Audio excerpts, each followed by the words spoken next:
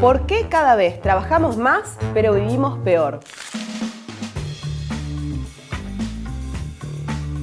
Este es un tema que se está discutiendo en todo el mundo. Muchos trabajan 8, 12, 14 horas o en varios empleos y del otro lado un montón de personas que no consiguen trabajo. ¿Qué hacemos frente a esta situación? Desde la izquierda queremos recuperar el tiempo para vivir. ¿De qué forma? Con la reducción de la jornada laboral y repartiendo el trabajo entre todas las manos disponibles. Pero ojo, que del otro lado también tienen sus planes. Los autodenominados liberales libertarios venden una idea de libertad, pero lo que proponen es la vieja receta de la reforma laboral. En este video te vamos a contar por qué no solo es posible y viable la propuesta de trabajar menos para que trabajemos todos, sino también de que es parte de una pelea por una verdadera libertad. Además, trabajadoras y trabajadores nos van a dar su propia perspectiva y vamos a tener un invitado muy especial, el diputado de la izquierda Nicolás del Caño. Así que quédate y si te gusta este contenido, danos un like, compartilo y suscríbete a nuestro canal.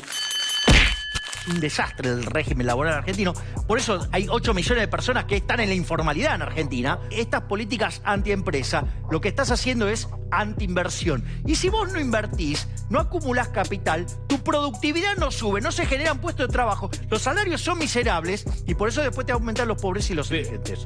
¿De verdad el régimen es antiempresa y tienen condiciones tan desfavorables? ¿Cuál es la realidad del mundo del trabajo en Argentina? El gobierno dice que hay un alto nivel de empleo y que la situación no es tan mala, pero no puede explicar por qué el 40% de la población es pobre. Lo que pasa es que cada vez más tener un trabajo no es garantía de acceder a un mínimo nivel de vida. Los salarios son bajos y pierden con la inflación, los empleos que se generan son en su mayoría informales y cada vez más se usa el monotributo en forma fraudulenta para encubrir relaciones laborales. Eso lleva a que 1 de cada 3 personas en actividad necesite un empleo o bien estando ocupado necesitaría trabajar más porque no le alcanza los ingresos que tiene. La contracara son 5 millones de personas que tienen largas jornadas de trabajo. Los liberales se quejan de supuestas leyes antiempresa, pero nuestro país tiene una de las jornadas de trabajo legal más largas del mundo, 48 horas semanales. Y esto no son solo datos fríos. Mi nombre es Estela, trabajadora de la fábrica Mondelez, planta Pacheco. Estamos en un régimen de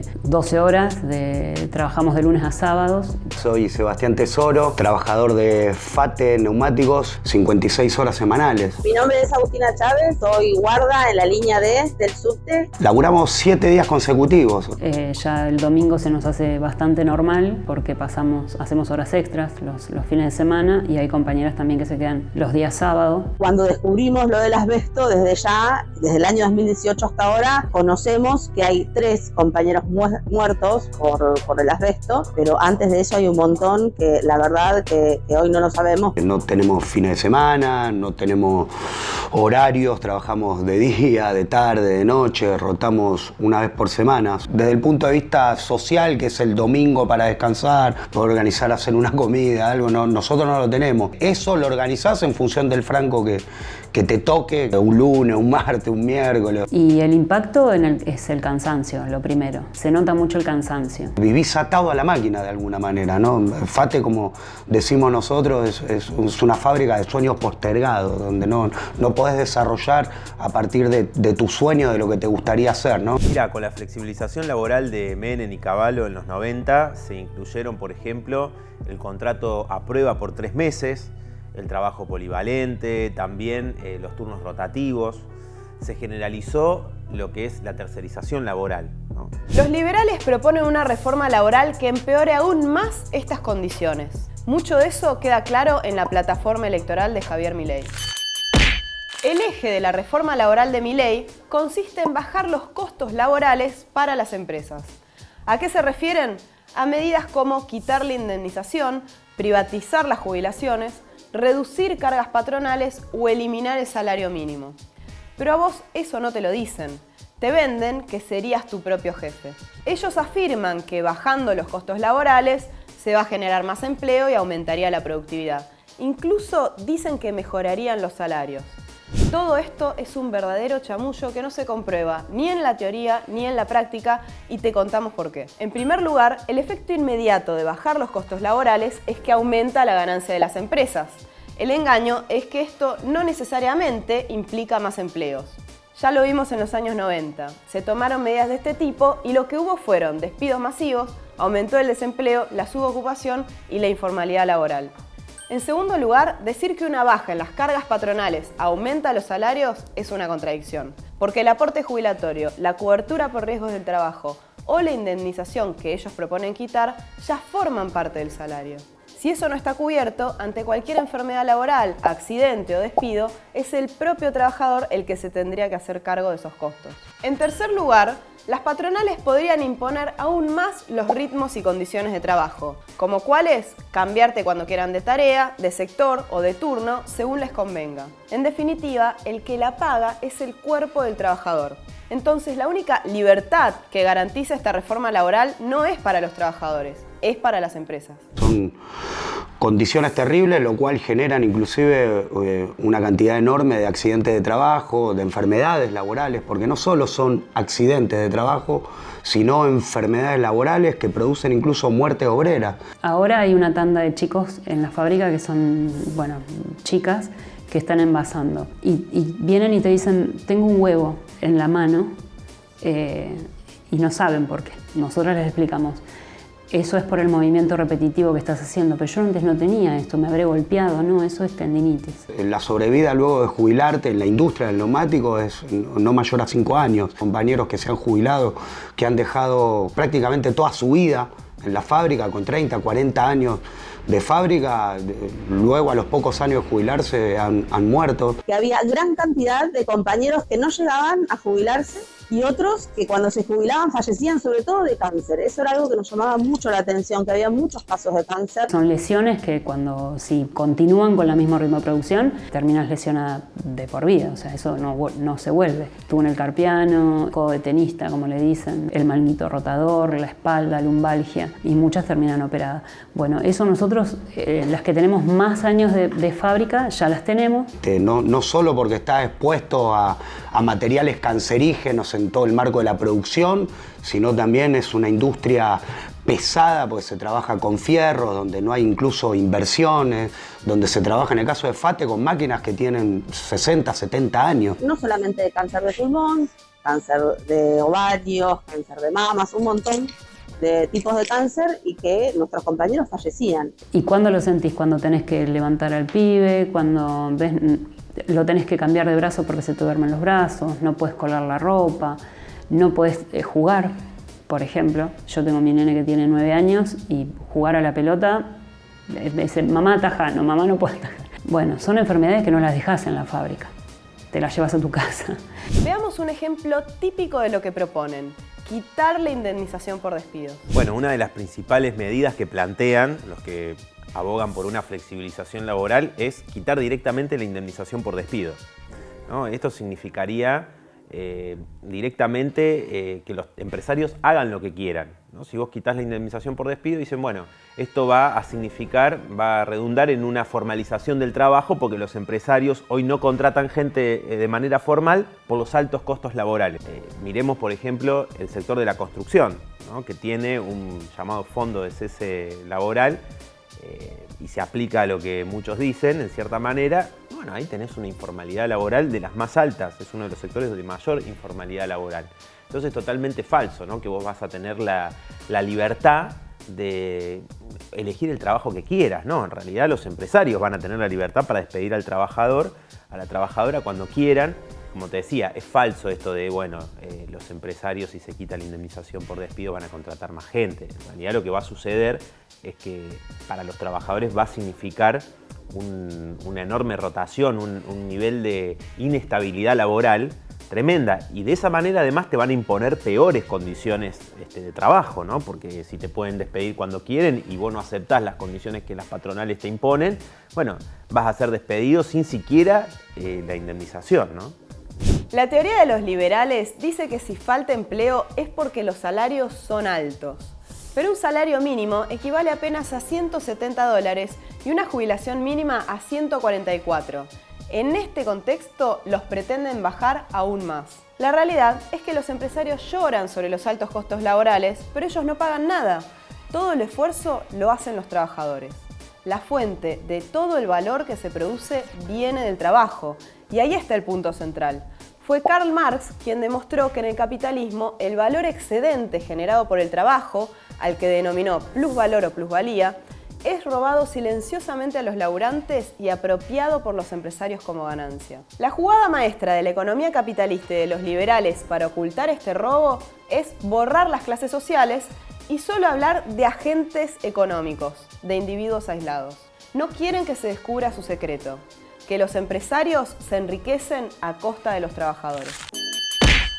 ¿Y vos, cuando salís del trabajo, sentís que te alcanza el tiempo para hacer otras cosas? ¿Qué harías si tuvieses más tiempo libre? Déjanos tu comentario y contanos, y no te olvides de suscribirte a nuestro canal. Otro de los conceptos que los liberales repiten y repiten es el de la productividad. Afirman que los salarios están atados a la productividad laboral, o sea que si esta última aumenta, los salarios mejoran. ¿Pero qué es la productividad? Es la cantidad de producto que se puede obtener en un determinado tiempo de trabajo. Por ejemplo, cuántos paquetes de galletitas se hacen en una hora. Entonces, cuanto más se invierta en mejoras tecnológicas y en organización del trabajo, la capacidad productiva aumenta. Esto significa que llevaría menos tiempo producir cada mercancía, un celular, una computadora o un kilo de pan. Esto es lo que viene pasando con límites y desigualdades durante el último siglo. En Argentina también hubo un aumento de la productividad, aunque sigue estando por detrás de los países imperialistas. Si tomamos, por ejemplo, la industria automotriz, en los años 70 se necesitaban más de 200 horas de trabajo para ensamblar un auto en fábricas como Ford o Volkswagen. Hoy en día se necesitan 50 horas para lograr lo mismo. Sin dudas, que crezca la productividad del trabajo sería un gran beneficio para la humanidad si todos pudiéramos apropiarnos de sus ventajas. Se produce mucho más en igual cantidad de tiempo, pero en lugar de trabajar menos y tener más tiempo libre, se trabaja lo mismo o más. Pero ojo, que los salarios tampoco mejoraron. Tomando datos de Estados Unidos, un país capitalista modelo, mientras la productividad creció un 72% entre 1973 y 2014, la remuneración media por hora aumentó apenas 9%.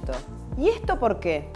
Porque los salarios no suben o bajan de acuerdo a la productividad, como sostienen los liberales y la economía burguesa.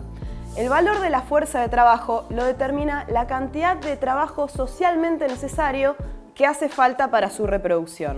¿Qué quiere decir esto? Es el valor de todos los bienes y servicios que se necesitan para que un trabajador o trabajadora y su familia puedan vivir y estar en condiciones de trabajar. De eso depende el nivel de los salarios y su propia determinación es también una disputa entre las clases sociales. En definitiva, las mejoras de la productividad en el capitalismo no significaron un beneficio para las mayorías trabajadoras, ni para trabajar menos, ni para tener mejores sueldos y ni siquiera para mejorar el entorno donde vivimos, porque también aumentó el daño ambiental. Lo que podría ser un gran beneficio para la humanidad no lo es porque todas sus ventajas son apropiadas por una minoría, por los capitalistas. Esto lo pueden hacer gracias a que cuentan con la propiedad privada de los medios de producción. O sea, son unos pocos los dueños de las fábricas, las máquinas, la tierra o los transportes. La cuestión es que después de casi 100 años de haber conquistado una jornada legal de 8 horas, están dadas las condiciones técnicas para reducir la jornada laboral sin bajar el salario.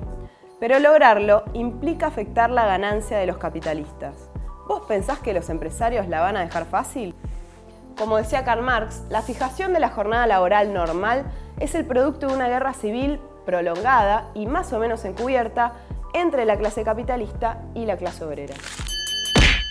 Lo que tenemos que preguntarnos es por qué tenemos que aceptar esta situación. Imaginemos si los trabajadores tuviesen más tiempo.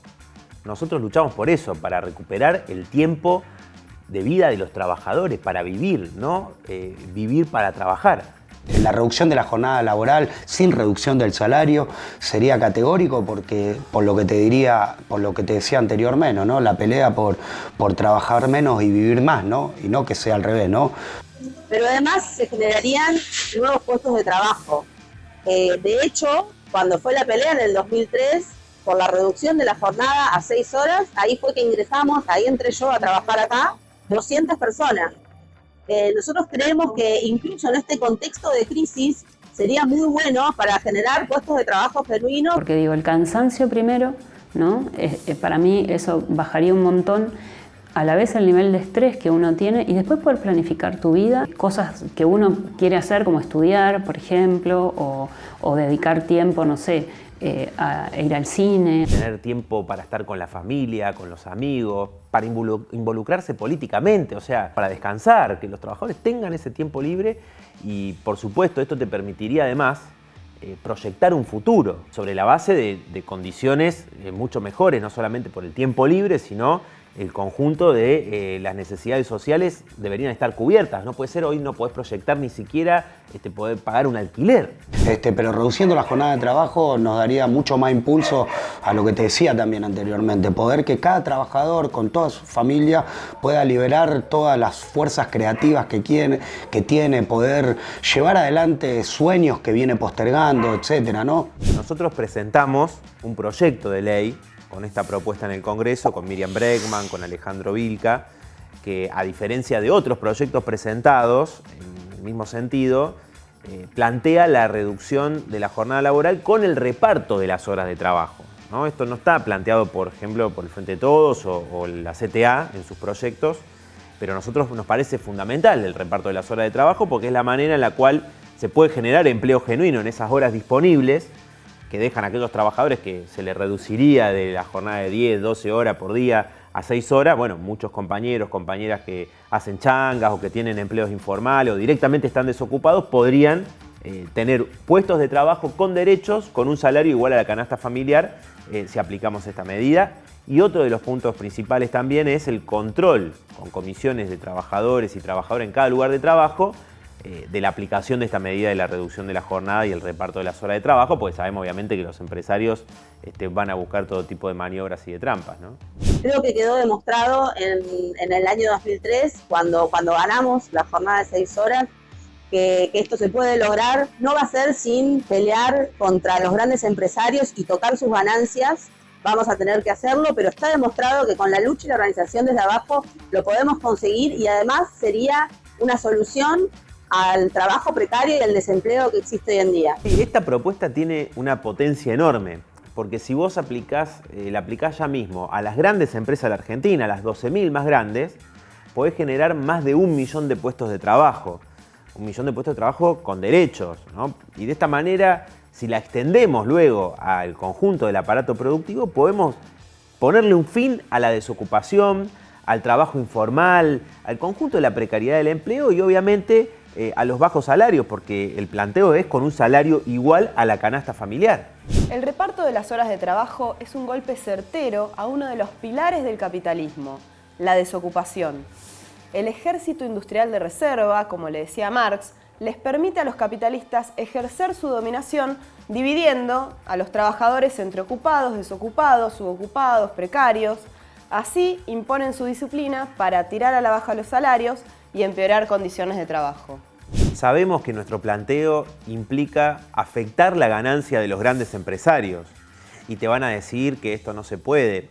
Y también sabemos que esto no implica meramente la presentación de un proyecto, no se va a conseguir por una ley en el Congreso. Implica una lucha histórica de la clase trabajadora, no se va a conseguir de un día para el otro, sino que hay que unir la fuerza de los trabajadores ocupados, que son los que mueven los resortes de toda la economía, con los trabajadores desocupados, con los informales, aquellos que están precarizados de distintas maneras, ¿no? Y por supuesto, este planteo va en la perspectiva de nuestra lucha por otro tipo de sociedad, donde el trabajo no sea una pesada carga para las grandes mayorías en función de la ganancia de unos pocos, sino que sea libre, liberador y que esté planificada toda la economía en función de las necesidades sociales, en función de las necesidades de las grandes mayorías trabajadoras. ¿Qué te parece este capítulo? Déjanos tu comentario, danos like, no te olvides de suscribirte a nuestro canal y nos vemos en el próximo episodio.